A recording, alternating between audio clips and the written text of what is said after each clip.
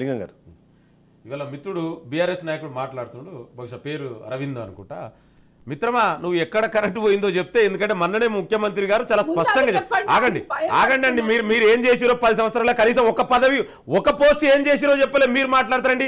నువ్వు తెలంగాణకు బీజేపీ నాయకులు మాట్లాడుతుంది, తెలంగాణకు ఏం చేసినో చెప్పు. నీకు దమ్ముంటే బయ్యారం ఉక్కు ఫ్యాక్టరీ ఏమైంది, కాజీపేట రైల్వే కోచ్ ఫ్యాక్టరీ ఏమైంది, విభజన చట్టంలో ఆగండి తెలుసుకో ఫస్ట్, విభజన చట్టంలో ఉన్న హామీలు లేదని అమలు చేసావా?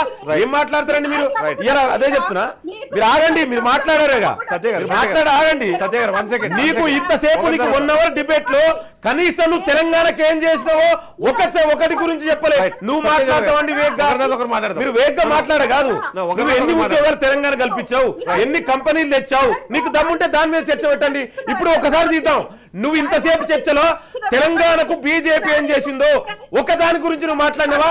కనీసం దేనికైనా ప్రాజెక్టుకు జాతీయ హోదా ఇవ్వలే, కానీ మొన్ననే జరిగిన సమ్మక్క సారక్క ఆదివాసీ జాతర కూడా కనీసం నేషనల్ ఫెస్టివల్ గా ప్రకటించని దౌర్భాగ్య స్థితిలో మీ బీజేపీ నాయకులు ఉంది.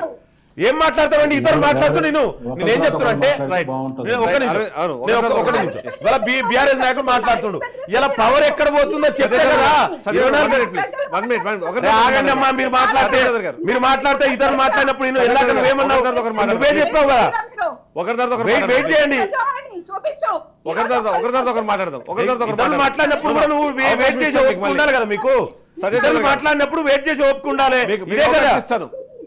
ఇప్పుడు మాట్లాడి నాకు అవకాశం ఇచ్చినప్పుడు ఇచ్చారు, నేను మాట్లాడి ఆగండి అండి. మీరు కూడా మాట్లాడగలుగుతా, నీకంటే 10 రెట్లు ఎక్కువ మాట్లాడగలుగుతా. దేశంలో బీజేపీ దాని గురించి చెప్పమ్మా, తెలంగాణ గురించి ఏం చేసిందో చెప్పు, తెలంగాణకి ఏం చేసిందో చెప్పు.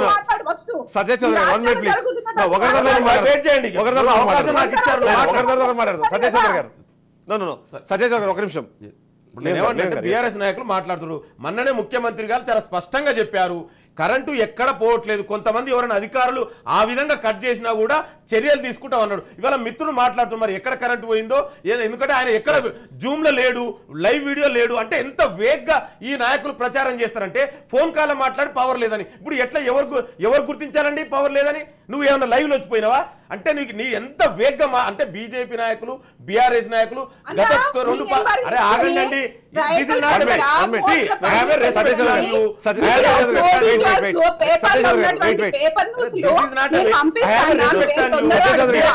మాట్లాడాలంటే ఇది అలౌ చేయను, అలౌ చేయను సత్య చౌదరి గారు. చేస్తున్నటువంటి 100 రోజుల పాలన ఏందో డిస్కస్ చేద్దాం. ప్లీజ్. నేను ఏం చెప్తున్నా అంటే, వీళ్ళ బీఆర్ఎస్ ఆ విధంగా ఎవరు చేసినా కూడా ముఖ్యమంత్రి చర్యలు తీసుకుంటాడు, పవర్ ఎక్కడ పోవట్లేదు.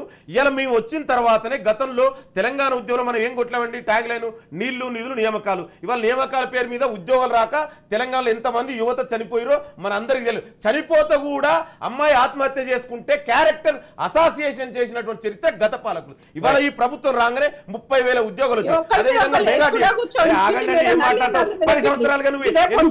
This is not see I have a respect and you don't మాట్లాడగలుగుతా.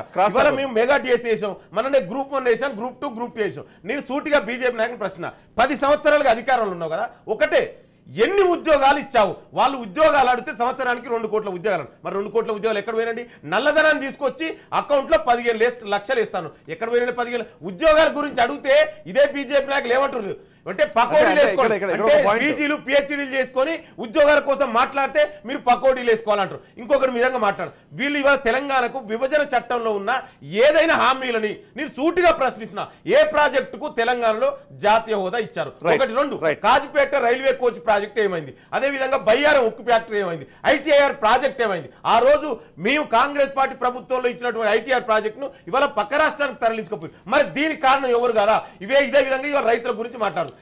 ఒకటి చిన్న విషయం, దేశంలో ఇవాళ నల్ల చట్టాలకు వ్యతిరేకంగా ఢిల్లీ నడివీధుల్లో కొట్లాడుతుంది ఎవరండి?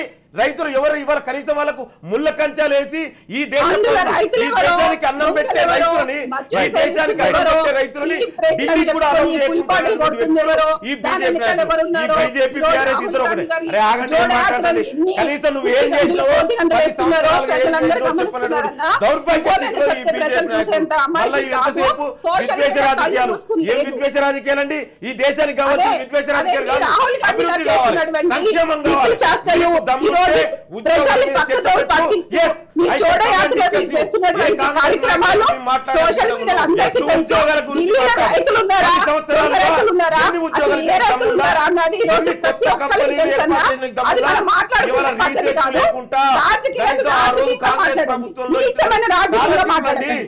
ఎస్సీ ఎస్టీ విద్యార్థులకు మహిళలకు ఆ రోజు ఆర్జీఎన్ఎఫ్ ఎంఎన్ఎఫ్ ఇస్తే ఇవాళ దాన్ని కూడా లేకుండా తీసేసి దీని గురించి మీరు ఎక్కడైనా మాట్లాడతారా? ఏ అభివృద్ధి ఎక్కడైనా చెప్పారా? అందుకే నేను ఏం చెప్తున్నట్టు ఇవాళ దేశంలో విద్వేష రాజకీయాలు కాలం చెల్లింది, సెంటిమెంట్ రాజకీయాలు ఎక్కువ రోజులు నడవయి. ఇవాళ తెలంగాణ ప్రజలు ఏ విధంగా అయితే వీళ్ళకు బుద్ధి చెప్పిర్రో బీఆర్ఎస్ నాయకులు బీజేపీ కూడా రాబోయేది. ఎందుకంటే ఒక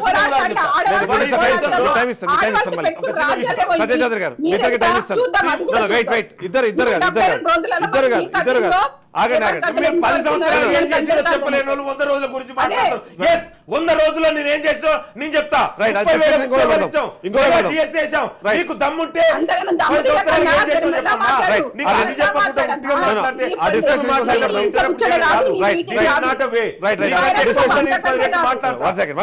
రెస్పెక్ట్ ఆన్ యూ.